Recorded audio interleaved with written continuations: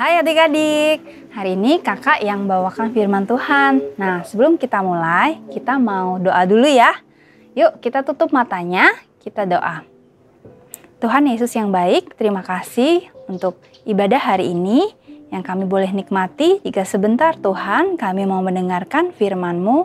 Berbicara Tuhan untuk setiap kami siap mendengarkan. Di dalam nama Tuhan Yesus kami berdoa dan mengucap syukur. Haleluya, amin. Adik-adik masih ingat firman yang dibawakan minggu lalu tentang teladan yang buruk? Nah, hari ini kita masih membicarakan hal yang sama, tapi kita akan memotong setiap teladan yang buruk. Nah, kalau kalian ingat, minggu lalu kita belajar dari Abraham ya. Abraham yang menyuruh istrinya Sarah untuk berbohong ya. Sarah diminta untuk berbohong karena Abraham takut untuk dibunuh ya. Nah, kemudian itu menurun adik-adik ke Yakub dan Ishak ya. Jadi sifat atau teladan yang buruk itu ternyata menular loh. Berbohong itu juga menular. Nah, kakak siapkan nih satu percobaan kalau kalian mau lihat ya.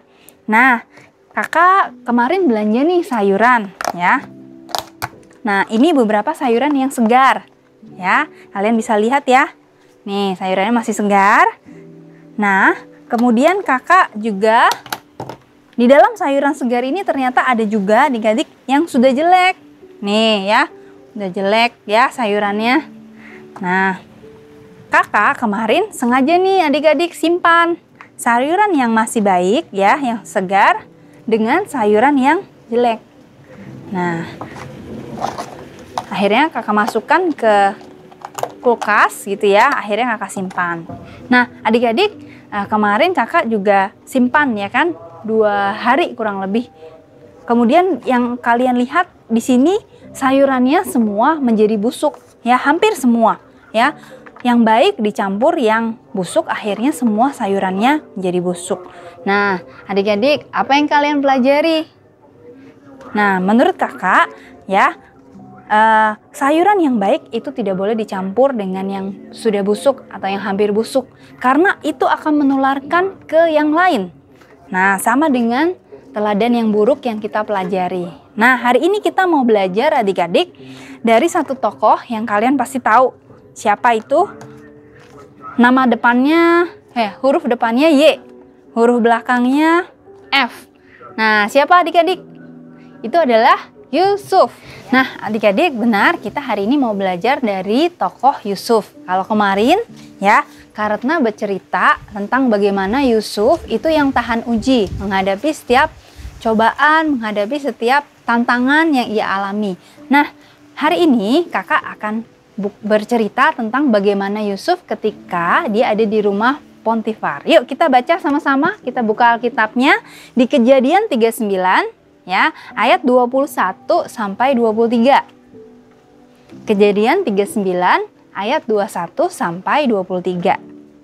Nah, nanti kalian baca ya dari depan bagaimana Yusuf ada di rumah Potifar, bagaimana dia digoda oleh istri Potifar. Nah, apa yang Yusuf lakukan adik-adik kalau kalian masih ingat? Nah, yang Yusuf lakukan ketika diminta menghadap Potifar ya, istrinya kan bercerita ya sama Potifar kalau dia digoda Yusuf, menceritakan hal yang sebaliknya, hal yang tidak benar. Tapi Yusuf berespon benar, dia tetap berbicara dengan jujur dan takut akan Tuhan. Akhirnya apa adik-adik? Yusuf menerima konsekuensinya. Ya, konsekuensinya apa? Dia dipenjara, dimasukkan oleh Potifar ke penjara. Nah, kalian bisa baca di ayat selanjutnya ya. Ayat 21 dikatakan di situ berkali-kali ya, tetapi Tuhan menyertai Yusuf ya. Tetapi Tuhan menyertai Yusuf ya. Perjalanan hidup Yusuf itu nggak mudah. Tetapi karena dia tetap menjalankan apa yang Tuhan mau ya, tetap berespon benar, Tuhan senantiasa menyertai Yusuf. Nah, demikian juga dengan kalian ya. Bagaimana kita berespon, bagaimana kita bersikap, itu akan menurun atau menularkan ke yang lain gitu ya. Nah, kita nggak mau teladan-teladan yang buruk itu berlanjut ke generasi selanjutnya. Kita mau teladan yang baik yang akan dibawa ke generasi selanjutnya. Nah, caranya gimana adik-adik? Ada dua ya. Kalau dari kakak, cara yang pertama, kita harus berdoa. Berdoa meminta untuk Roh Kudus berikan kepekaan. Kepekaan agar kita mengerti apa yang baik, ada apa yang tidak. Gitu ya. Contohnya, ketika kita berdoa, terus kita main mungkin ya sama teman atau apa. Terus kita nggak sengaja nih berbohong. Nah, ketika kita berbohong, Roh Kudus pasti ingatkan. Nah, ya, itu yang diminta kepada Roh Kudus kita untuk peka. Nah, yang kedua setelah kita berdoa, kita juga harus taat, ya. Nah, kita harus taat. Ketika kita tahu kita berbohong, kita harus berani seperti Yusuf mengaku, ya.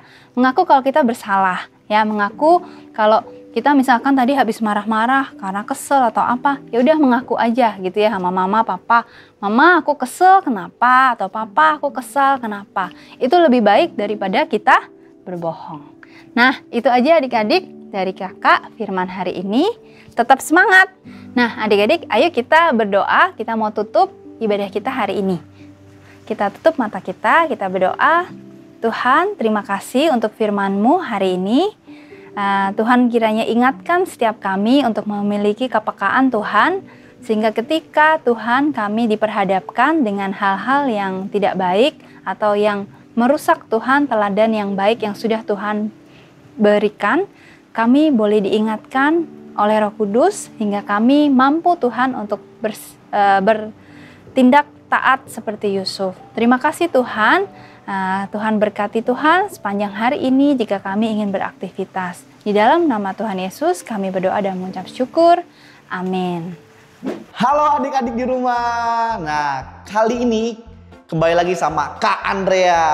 Nah, hari ini kita akan buat sebuah permainan yang pastinya seru dan asik banget. Nah, sebelumnya adik-adik di rumah harus siapin alat-alatnya dulu. Nah, Kak Andrean di sini udah siapin alat-alatnya. Yang pertama ada kertas buffalo, terserah warnanya apa aja macam-macam. Di sini kakak punya banyak.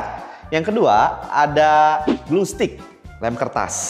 Yang ketiga ada pensil warna. Lalu ada gunting. Lalu ada kertas origami. Nah, yang terakhir yang nggak kalah penting ada sedotan. Nah, keren kan? Nah, oke.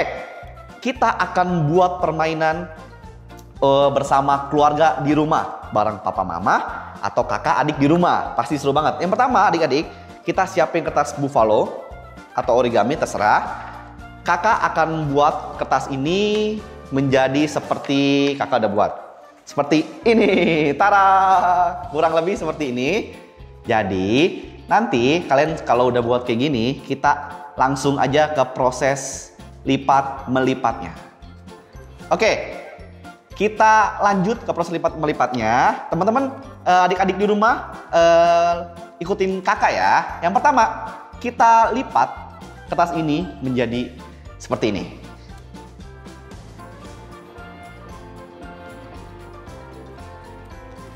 Ya, sudah. Kalau sudah menjadi ini, kita lipat lagi. Nah, kita lipat lagi.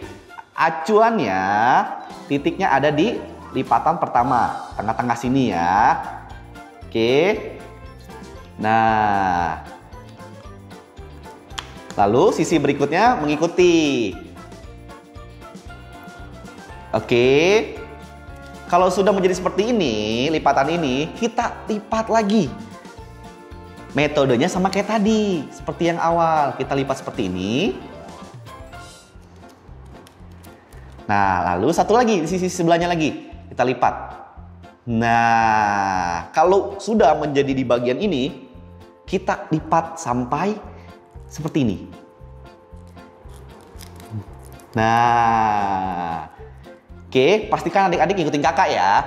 Kalau sudah seperti ini, lihat ya, kita diproses gunting-menggunting. Nah, kakak udah punya guntingnya, langsung nih kita proses gunting-mengguntingnya. Jadi kita akan bikin ulat. Nah, bentuk ulat seperti apa? Nah, ini dia. Kita buat kurang lebih seperti ini ya, adik-adik di rumah ya. Nah, kita gunting polanya. Nah, ini sisi satunya. Terus sisi berikutnya ini dia. Oke, sekarang kita buka pelan-pelan ya. Kita buka. Wah, kalau udah menjadi seperti ini, coba deh adik-adik semua taruh di atas meja kayak kakak. Nih, tuh. Nah, kalau sudah menjadi seperti ini, nah udah agak sedikit nampak seperti ulat. Nah, proses ini akan lanjut di proses penghiasan. Nah, kakak juga udah siapin beberapa ulat yang kakak buat sebelum ini dan udah kakak hias juga. Nah, ini dia ulat-ulatnya. Wow, ini versi besarnya. Nah, ini kakak buat. Terserah varian ulatnya gimana, cara menggunting teman-teman. Nah, tapi teman-teman minta tolong bantuannya sama papa mama di rumah juga ya. Nah, ini dia. Ini ada ulat-ulat, contoh-contohnya.